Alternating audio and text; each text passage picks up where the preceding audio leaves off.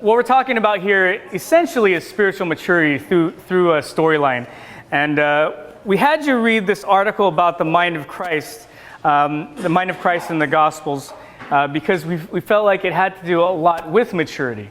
What do you guys think? How is the mind of Christ related to maturity? What do you think? What are your thoughts? It's a lifelong process. It's a lifelong process. Yeah. Good. Perfect. Any other ideas or thoughts? Like denying yourself Uh-huh. and letting go of childish ways. What's something? Oh, go ahead. Along those lines, kind of other and community focused. Yeah. There's Mary Ann Mai Thompson highlights a lot of different aspects of the mind of Christ, and she compares and contrasts a lot of different things through the scriptures, and she says one important thing is really to be other focused. And so she starts off even with just love the Lord your God, with all your heart, soul, mind, and strength, and then love your neighbor as yourself. And so she talks about these two different aspects of the mind of Christ in Jesus. If you look through the article, she talks about, like I said before, she highlights different things that the mind of Christ is. And so on the second page, to have the mind of Christ at the end of the first paragraph is to live as Jesus lived, is to give oneself wholeheartedly to God. In the following column, to have the mind of Christ is to know that one belongs to God and that one is accountable to God. And if you look through, she says even more, to have the mind of Christ is to live as expansively and freely as Jesus does in extending God's holiness into his world, engaging the forces that demean and defile human life. That's on the bottom and top of page 10, end of the first column and beginning of the second column. And then right above, right at the end of that section, above where it says the story of another Simon, to have the mind of Christ, the last line, is to be merciful, generous, forgiving, open-handed, and open-hearted. And then on the last page, there's a few more. The end of the paragraphs, end of the second paragraph, to have the mind of Christ is to communicate to others their worth in God's eyes. The paragraph after that, to have the mind of Christ is to engage the world with this understanding of God's holiness, to love others because we love a God who is generous in mercy and who seeks to extend his holy presence in the world through his people. And then what I like is the very last paragraph of her article. Perhaps we need to learn not only to be like Jesus, but to be like the sinful woman and like Simon Peter. After all, we are among those sinners called to repentance. To have the mind of Christ is to hear what Jesus says about us and to us. To hear in his words to the woman, his words to us. Your sins are many, your sins are forgiven. Go in peace. We are recipients of God's mercy and God's expansive holiness in Jesus Christ. We are the beneficiaries of the mind of Christ. And so Thompson talks about the mind of Christ to be like Jesus and to be like the sinners he encountered. Okay, so there's sort of two parts for us to have the mind of Christ, is to be like Jesus and to be like the sinners that he encountered. And so some of the themes we see in this article and in the passages that she talks about are that there's an aspect of holiness to the mind of Christ. Okay, there's an aspect of holiness, the holiness of God, the holiness that God calls us to. On the other side of that holiness is a humility. So there's to be like Jesus and then to be like the sinners that he encountered. To be set apart like Jesus calls us to be, but also to recognize who we are in that we are the sinners that Jesus encounters. So there's a humility there that comes with the mind of Christ. So holiness and humility, or to be holy and to be humble. There's aspects of justice in what she says, but then there's also aspects of mercy. And so she sort of contrasts the two. There's aspects of love the Lord your God with all your heart, soul, mind, and strength, and then there's aspects of love your neighbor as yourself. So to have the mind of Christ is this really, it's it's to be pushing toward maturity. To have the mind of Christ is to be pushing toward maturity. You can't have one of these things without the other. So you can't just be like Jesus if you have the mind of Christ. You have to be also like the sinners that he encountered. You can't just be about holiness. You have to also be about humility. On the flip side, you can't just be about humility and not about holiness. You can't just be about mercy and not about justice. There's two parts to this. You can't have one without the other. If you have one without the other, that's not the mind of Christ that we see in the Gospels. And this is what God is moving us toward. This is our primary goal. And as Steve was saying, like, this is a lifelong journey. And so this is never going to be complete. But this is what God is moving us toward in our stories. This is our primary goal, to have the mind of Christ. This is how God is transforming us. If you guys were here during our R12 series, we highlighted Romans 12 and talked about it for weeks. Just this first section of Romans 12. Verse 2 says, "Do not conform to the pattern of this world, but be transformed by the renewing of your mind." And this is the passage that sort of came to mind as I was reading this. To have the mind of Christ, God is constantly renewing our mind, pushing it toward the goal of having the mind of Christ, pushing it toward maturity, growing it and growing it and growing it. We can't ever be completely like Jesus. Okay, we cannot ever completely be like Jesus. We can't arrive someplace. We can't, one day, you're not going to be sitting there and be like, you know what, I'm done. I've got the mind of Christ. It's over. I can just coast now. No, to be transformed by the renewing of your mind is to be in that process for your entire life. To be on that journey your entire life. You're always growing. And the moment you stop growing, that's when slow death starts occurring. So you're always growing. There's when Pastor Ken and Ryan and myself were meeting about this meeting, we talked about how spiritual maturity is the continuing process of renewing our minds to be like Christ's. I'm going to repeat that again. Spiritual maturity is the continuous process of renewing our minds to be like Christ's. The continuous process of renewing our minds to be like Christ. Your mind is in a state of renewal. That's where God is taking us.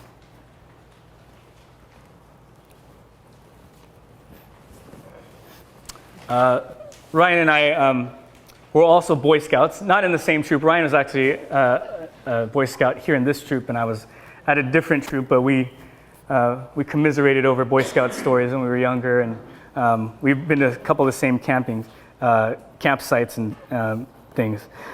In Boy Scouts, they teach orienteering.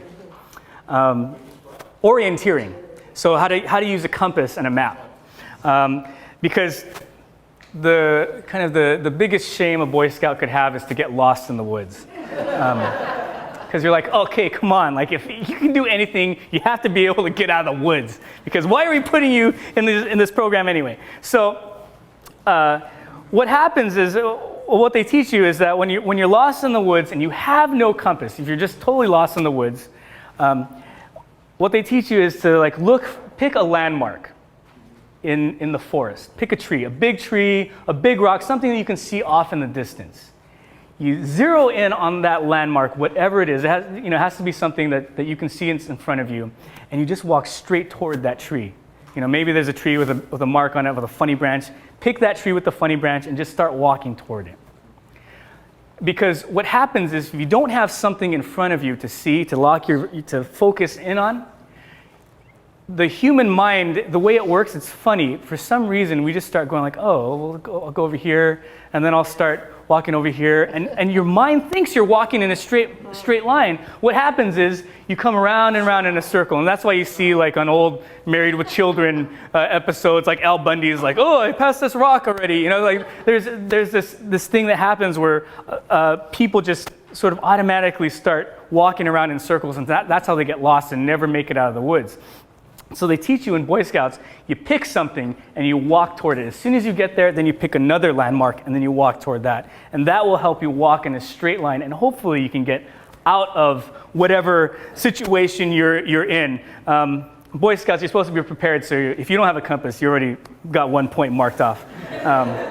And if you don't have a map, that's another point. But say you didn't have any of those things, that's how they teach you how to get out of a situation.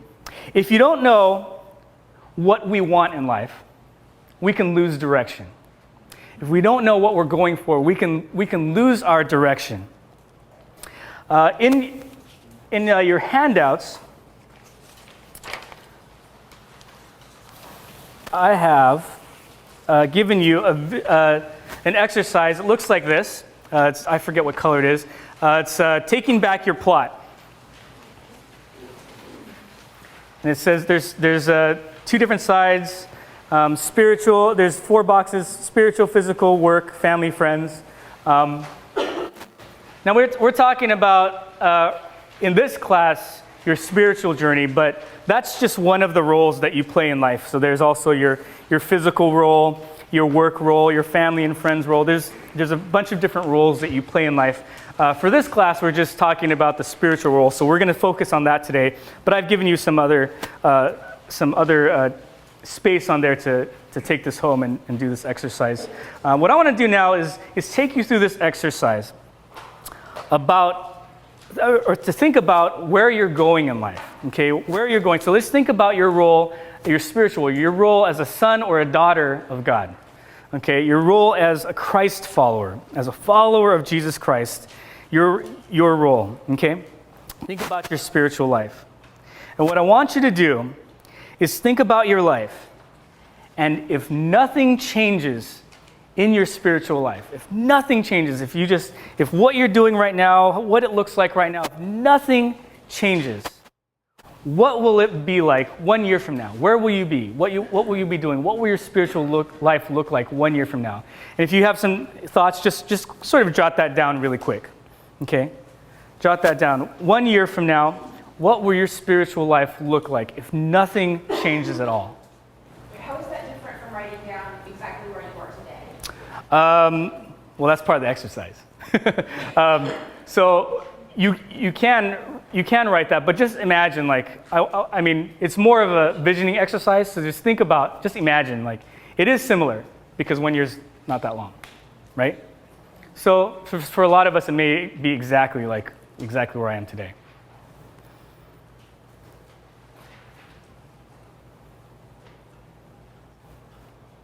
So imagine that 1 year has passed, and really you've done nothing major to change your spiritual life. Maybe that's, Kelsey, what you're sort of getting at, instead of just like, oh, exactly everything in your life stays the same. But imagine you've lived a year, and you've really done nothing to alter your spiritual life. 1 year from now, what will that look like?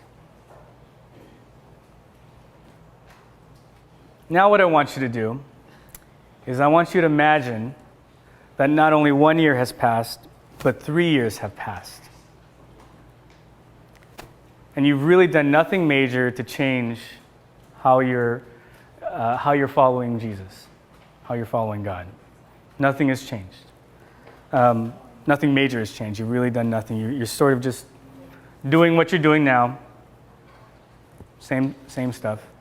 But nothing major has changed. 3 years from now, what will your spiritual life look like?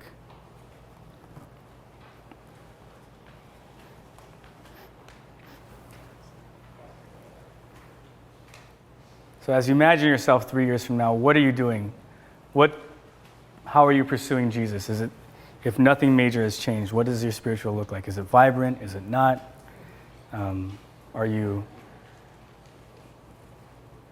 How are you following Jesus 3 years from now, if nothing major really changes?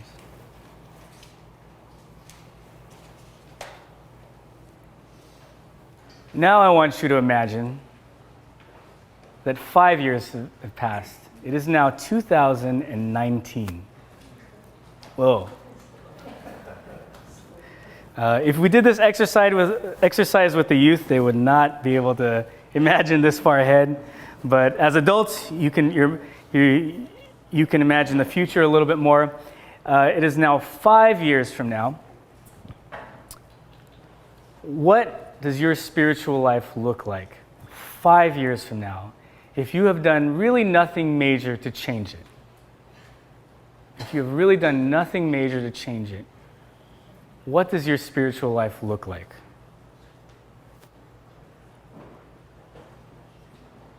So as you guys imagine your life 5 years from now in 2019, what did you find as you imagine yourself 5 years from now and doing relatively living relatively the same life? What did you guys find? Crisis. Why a crisis? If I'm not doing anything, it's about the time. Something like that. Mm-hmm. She said crisis. If she's not doing anything, if she's not doing anything now, then in 5 years from now, if she's still not doing anything, there's this crisis, you know. What other things did you guys find? Good, thanks, Angie. Yes? I think it depends on your baseline. Mm-hmm. If you're growing now and you're continuing and seeking, then you will continue. Mm-hmm. But if you're not, then if it's a function of what you're doing now. Mm-hmm. So a year from now, if you're not seeking and continuing, you can become stagnant. Mm-hmm. And it can be a negative thing. And if you don't continue to seek, then in 5 years, you're in a rut and you're stagnant. Absolutely. And for some of us, the way that we're even seeking now, in 5 years, won't do the same thing for us. So we're assuming that we actually are seeking, but we're just, to play this exercise through, we're sort of assuming that the things that we're doing now, even though they might be working now, if I'm still doing them 5 years from now, and I haven't really changed that, then, even that looks different, you know? So, I mean, you're right, though. Yeah, go ahead. But then isn't that dependent on what Christ brings into our life? Yes, It's part of the equation. it does, yes. Yes. If we're seeking, I don't expect him to be stagnant with you. Oh, no, yeah. So I think that's great. If it depends on what Christ brings into our life, because he's not stagnant. However, we can ignore the call of Christ and be like, no, I don't want to do that. Or, I don't want to follow you. May not even be that explicit, but we can just sort of. That could happen tomorrow. It could happen tomorrow. It could happen right now.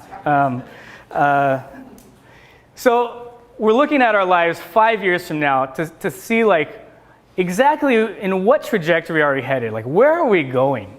So if we stayed if we just pushed autopilot on our spiritual life and just sat back and just let the spaceship take us where we want to go, in 5 years, where would we be?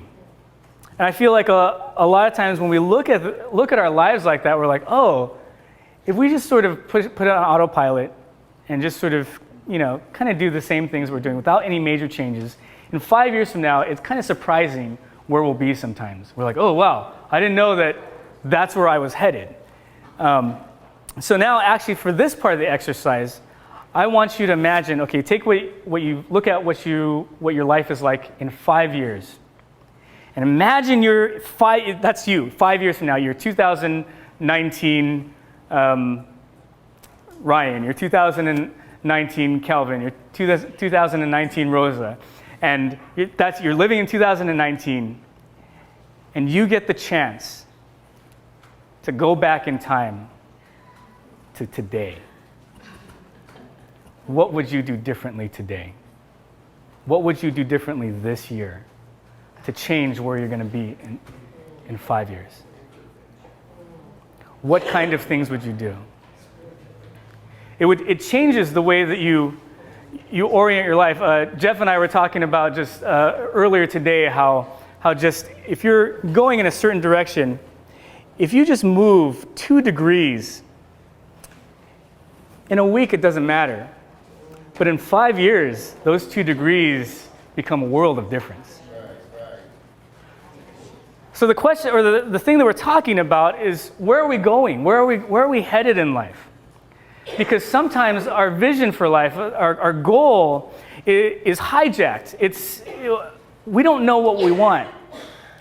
And that hurts us when we don't know what we want. Is this not working now? Oh, here we go. There's a study out there that says that the average American, well, first of all, this is an advertisement for what is this? What specific iPad? The iPad Mini, okay, Apple's finest product, I guess. So the iPad Mini, you watch this commercial, and then first it starts off with the regular iPad, and somebody's playing a piano on the iPad, and then they're like, oh, but wait, there's more. We have a smaller one where you can also play the fake piano on. And so if your life is not complete, because your life is not complete, even if you have a big iPad that you can play fake piano on, it's not complete until you have a small iPad that you can play fake piano on. And then you'll achieve what you really desire. There's a study out there that says that the average American runs across 16,000 advertisements a day, whether it be you're playing Bejeweled or Candy Crush, and then an advertisement pops up on your phone, checking email, driving around the city, and the San Antonio wineries advertising their great wine. 16,000 ads come across your vision every day. That's a lot of ads. Ads tell us what we want. Advertisers are trying their best to tell you what you want, because then you'll buy their product. And sometimes that's good, and a lot of times it's bad. Because if people keep telling us what we want, then that affects our story. Our life is dictated by what we want. And so if we run across 16,000 messages a day, for those of us who watch a lot of TV, that's even more. Those of us who have a TiVo, that's less, because we fast forward. But we come across all these messages that tell us what we want. Our life is dictated by what we want. But as God renews our minds, that changes what we want. When God gives us the mind of Christ, as God gives us the mind of Christ, it changes what we want. Donald Miller says, if this will change, a story is simply a character that wants something and overcomes conflict to get it. A story is simply a character that wants something and overcomes conflict to get it. When we change what we want, we can change our story. When we change what we want, we can change our story. We need to want better things in our spiritual journey. We need to have better desires. Because once we change our desires, we can change our spiritual story.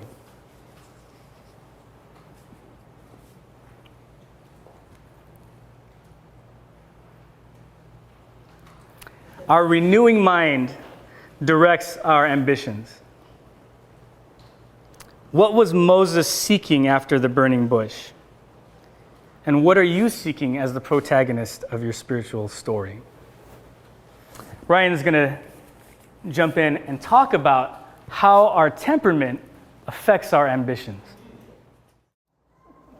So there's a lot of reasons why we can learn personality theory. One of them is obviously ambitions, which Jason is pointing out. But I'm going to take a step back a little bit, because especially dolphins, they want to know why. They want to know why. They want to be enthusiastic about something. Why is it that what can we get from learning about personality theory? You guys chime in. What do you guys think? Self-understanding. Self-understanding. Great. What if you know yourself already? Understanding others. See, I know who I am, so I don't really need to study myself. I just need to study everyone else. Because they're weird, I know what I want. Beavers kind of have this tendency too. Owls have this tendency. Problem is, if you know yourself but don't know other people, you don't know yourself. Right. Example I give, let's talk about my two favorite stores at the mall, Foot Locker and the movie theater. right? So I come out of Foot Locker. Now I want to go out to the movie theater. I know where I am. I'm at Foot Locker. Where's the movie theater? You can't go anywhere. You can't be anyone. You can't do anything. You can't fulfill your ambitions if you only know yourself and you don't know anyone else. And when I say this, because any great ambition requires you to what? What? Know your direction, absolutely. But usually, any great ambition requires a whole lot of people and to be able to work with people. So if you don't know where the movie theater is at, if you don't know what other people, what makes other people tick and how to communicate with other people and accept them for who they are, you're not going to get very far in your ambitions. So that's one reason why personality theory is great. It helps you know what your strengths are, what your weaknesses are, what other people's strengths and weaknesses are, how to employ their help, how to delegate your weaknesses. That's how it's so important. And go into a more personal side, if you have kids, a lot of things we do is like, okay, let's put the kids in piano, let's put the kids in soccer or basketball, get straight A's, do this and that. It's like, well, that might not be the best for the kid. I have relatives whose son is so quiet, so shy. So what do they want to do? They want to socialize him, like throw him in more soccer, more Boy Scouts, and he doesn't want to advance in Scouts because he doesn't want to do the annual review where I have to sit in front of 5 adults and they talk to you and ask you questions. He's scared of that. And I'm not saying that's bad to do, that's good to do, but perhaps you should just give him some markers, a pen, pencil, colored pencils, paint, give him a keyboard, because I know if he can't verbalize his thoughts, he can express his thoughts probably a lot better in music and in art. Same thing for your spouse. The thing that probably frustrates you most about your spouse is their weaknesses, and probably the weaknesses that is your strength. Let me say that again. What probably frustrates you most about your spouse is a weakness or a strength that you have and a weakness that they have. Why can't you just be more like me? I'm the standard, so be like me. So once you know about personality types, you say, oh, okay, well, they'll never be like this. I'm always going to be the one who manages the money. Here's your $300 a month. That's your budget. I don't care what you spend on. You don't have to talk to me about this. You don't have to check in. Here's $300 a month. I know you can't manage anything, so a separate bank account. Right? That's just, it will always be like that. It will always be like that. Do not try to change your spouse. It will not happen. Just give them $300 budget and let the fox do what they want to do, okay? Much, much easier life. So in terms of ambitions in our life, what are the ambitions you think? Oh, let's start off with the beavers. I'm going to be honest with you beavers. We're always talking about you guys in the negative because they say they focus on what they should do. Beavers focus on what they should do. What happens if you focus on what you should do all the time? Do you guys know? You never meet the mark. Oh, that's interesting that you say that. She said that if you focus on what you should do, you never meet the mark. You'll get good at it if you focus on it long enough. You'll get better. Let's say we'll get better at it. You become narrow, In what way? How do you become narrow? not open to new ideas. Not open to new ideas. That's true. See, the thing that's also true. See, the issue with a beaver may have is they follow the rules of what they should do. And in terms of doing that, and they're toughing it out. They might want to do something else, but they're toughing it out, and I commend them for that. Problem with doing that too much, it's like, what do I want? Beaver might say, oh, I've been actually did everything I was supposed to my whole life, but I don't necessarily enjoy my life. Like, what am I supposed to do in life? So typically what they seek is security, stability, organization, social structure. Beavers are the ones who I believe created the church because it's a structure where it's a physical structure, but it's also a structure in terms of time. You go wake up on the same time Saturday, you know how long the sermon's going to be. It gives you social structure. Maybe one time a month you'll have lunch with your other church members. Right? I went to my cousin's church. My cousin baptized, the other Evergreen, he baptized his kids the week before he started a church plant. My cousin's Adam Noritake, if you know him. And then so I listened to his kids' testimonies, and then we hear the sermon, and I didn't get much out of it. I mean, there's not much said. It's not that the speaker was bad. So I asked my cousin Adam, how come like the sermon was like really short? He just talked about how he's going to talk about Romans. He talked about that he's going to be talking about Romans in the next like 3 months or so. Like, why did he do that? Why didn't he just talk about Romans? It's like, oh, because on baptism day, the baptisms eat up into speaking time. So we don't have a real message. I'm like, oh my gosh, that's too much structure for me. Like the only reason why I go to church is the message. I wouldn't go for the music, even though I like music. You can listen to music on YouTube. I wouldn't go to talk to people because I have friends. And I mean, I'm saying that in a cynical way because I'm an owl, but the message is important because to an owl, what is more important to an owl? Learning. I felt like I didn't learn anything. So I was like, wow, I would make that meeting a little longer there. That's important. So what beavers seek security, structure, stability, social interaction. I mean, those are the type of ambitions that you might have. So you might want to create a social structure. So let me say something good about the church I went to. Like right when you work into the foyer, man, there was all these flyers about how you can help out with people in poverty in different countries, in the community, and how you could get involved. I'm like, whoa, this church does a lot of work, and I commend it. They get a lot of stuff done. I mean, it really humbled me because it's like foxes and owls, like who would go to church with the intention of working? It doesn't sound fun.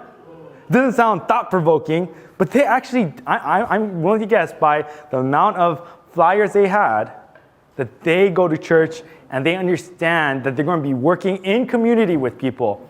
So if you guys are beavers, it might be, and it doesn't have to, it's not exact science in this regard. Your goal, your ambition might to create some sort of social structure, some sort of institution that gives people some sort of sense of security.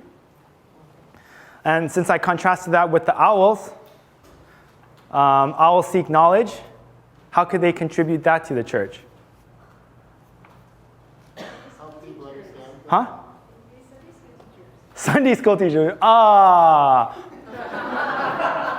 If it's an adult, advanced, high course, collegiate level Sunday school, then yes. If it's preschool, oh my goodness, that would be very hard for an owl to do.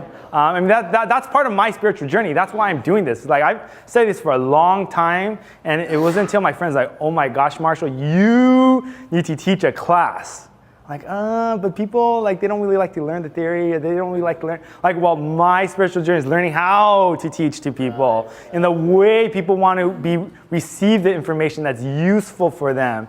So if an owl, whatever your spiritual journey is, it might have something to do with knowledge and implementing that knowledge. Not just learning, implementing that complex plan to share to the church and see what you can get done. So contrast that with a dolphin. A dolphin church, we're a dolphin church. I mean, that's just honestly what we are. They'll be talking about how we are connected with people. You know, let's talk how we're connected with the poor. Let's talk about how we're connected with, right now, lesbian, gay, bisexual. We're all connected together. And people will be like, yes, we're all one and the same. But then what do they do about that? So people might be fired up. You are so right on. I love this. This is how I want to feel. And then go home and not think about it anymore. I mean, enthusiasm is short. Enthusiasm is very short. Someone said, oh, excitement is short because stimulation. You could be stimulated for a long time, but you could be enthusiasm for a really short amount of time, like 20 minutes you're at church. That's why if you're a dolphin and you want to create this sort of place where you could be connected with people, perhaps you would want to reach out to someone to figure out how do I actually implement that ideology. I don't really know how. I just know how I want to feel. I have a friend who's a chemist. He's actually my client. And his goal is to make all the different departments work together. So he's taking surveys. Can you take this, fill it out? What's your morale, the level of morale? How do you feel about working here? How can we improve? I'm like, so when you take these surveys, what are you going to do with them? Oh, I don't really know. You can even ask Ken this question, like, okay, now that you taught this, what are you going to do about it? Oh, man. Who's Rosa? Who's Rosa? Oh, hi. So you emailed me? And what did you ask? What did I ask? I asked a lot of things. So she asked basically, I do the Myers-Briggs, I do the Myers-Briggs at school, and then how can we explain the Myers-Briggs in the way we explain the Kersey Bates? And you asked Ken this. What did Ken say? Ask Marshall. In real life, you hear him say, ask Jonathan. Ask Jonathan. I don't know. I know how I want to feel. I know how people will take it if you give me the idea. But I don't really know how to do it. So the way Dolphin needs to work is someone who could strategize, and they will be in the veto process. Like, oh, this will be perfect. Yes, I agree with that. No, that won't be good. They won't like this. Yes, they will like this. So a lot of times when I'm planning for something, I know of different strategies of getting there. I could talk about the most efficient, and usually I don't choose the most efficient strategy. For instance, like Boy Scouts, we try to motivate them to get their badges and compete in competition. How do we do motivations? And all the ideas are mine, but I probably had 3 times as many ideas. Just 2/3 of them were knocked down by a dolphin. And so it's like, how do we get them excited about tying knots, tying lashings, doing first aid? It's not that fun. So what we did is that we created a competition in Camp Out where they get poker chips every time they win a competition, depending on how much they win by. Then after the day was over, each patrol had a certain amount of poker chips, and then we would auction off food. Okay, here's a cantaloupe. How much do you want to bid on it? Here's a crocodile's tail. Like, we did get exotic meat. Here's an elk. Who wants this? And the artisans, foxes, love that. If you turn anything into a game, they love games. It's so fun for foxes. I mean, you cannot teach it. You can't tell them to read a book, but if you tell them you're going to get poker chips, oh man, you don't even need to tell them what you're going to use it for. They're already excited. So the fox's ambition, what do they like? Do you guys know what they like? Remember what they like? What's that? Stimulation. Stimulating 5 senses. What can be stimulating in terms of the church? Music. Music is perfect. That's the #1 right answer on the board in Family Feud. Foxes love music. If you want foxes to be at this church, choir. Put a bunch of foxes in choir, it'll spread like wildfire. I mean, I don't know how long some of you guys have been going to church, but if you remember night service, do you guys remember night service? Oh man, that was probably like 20 years ago. But it was once a month, and it was like an hour and a half of singing, or maybe 2 hours singing, and it was bumping. Like all of the San Gabriel Valley would come just to sing. And I don't want to trivialize that, because we often do, it's just singing, it's just for 20 minutes, 30 minutes. No, it went for 90 minutes straight, and it was empowering for those foxes. So foxes, utilize your artistic skills. That's not all you're good at, but that's one region that you may be good at. You're also good at working with people, enrolling people into becoming part of your organization, not necessarily taking roll call, not like that, but being in a management role where you're inviting people to join different groups. I think foxes would be good at that as well. So do you guys have any questions on the 4 ambitions? Can you, I mean, yesterday we were talking about how, like, from start to finish, like, a church program from start to finish, like, you know, from visioning to. Oh, okay. can you So talk about like, that? so in an organization, you have different roles meant for different totems. And from the top down, like I would think that it's the owls who would create the plans. Not necessarily create the final product of the plans, but to offer suggestions like these are ways we can accomplish this. These are ways we would like to see the choir being implemented at a church. This is the way I want to see outreach implemented, missionary implemented. This is what I want to see, how I want to see the message to be like. The dolphins would then confer with the owls and say, nah, they won't like this. This is a very difficult way. They won't buy into this. This is interesting. If you take the Boy Scouts out to a camping trip and you give them poker chips, they'll love this. Let's use that one, right? And they will sell it for you to the congregation. That's why oftentimes they're the greatest speakers. Martin Luther King, Gandhi, we're Joan of Arc. They're all dolphins because if you're speaking about something passionate, they could speak from the heart and enroll a congregation to do something. I was saying the foxes. Foxes are great in the art, not just the singing, but in the architecture of the church, which is important. They're great in implementing whatever plan you want to do, say an outreach plan that's never been done. Because if anyone follows a plan that's brand new, most likely you know it's not going to turn out the way you intended. And so foxes are great at troubleshooting, figuring out a way how to get it done most efficiently and fill in the gaps of what the owl cannot see.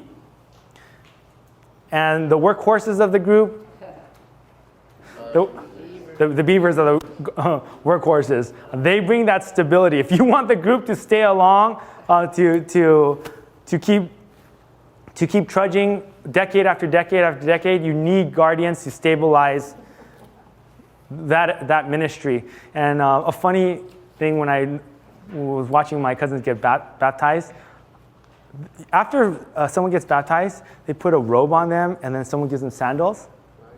I thought to myself, I would never do that job. I would never do the job of waking up in the morning, filling up the tank with hot water, and then putting a robe on someone, and then giving them sandals. Like that would really be boring for me. Really, really be boring. Like, wow, I'm glad to do that. But I don't want to not glamorize this. Without getting it done, without guardians, you might have things done well once, maybe twice, and after it's all gone. All the work, all the planning you've done beforehand will fall apart. So again, beavers are great at stabilizing.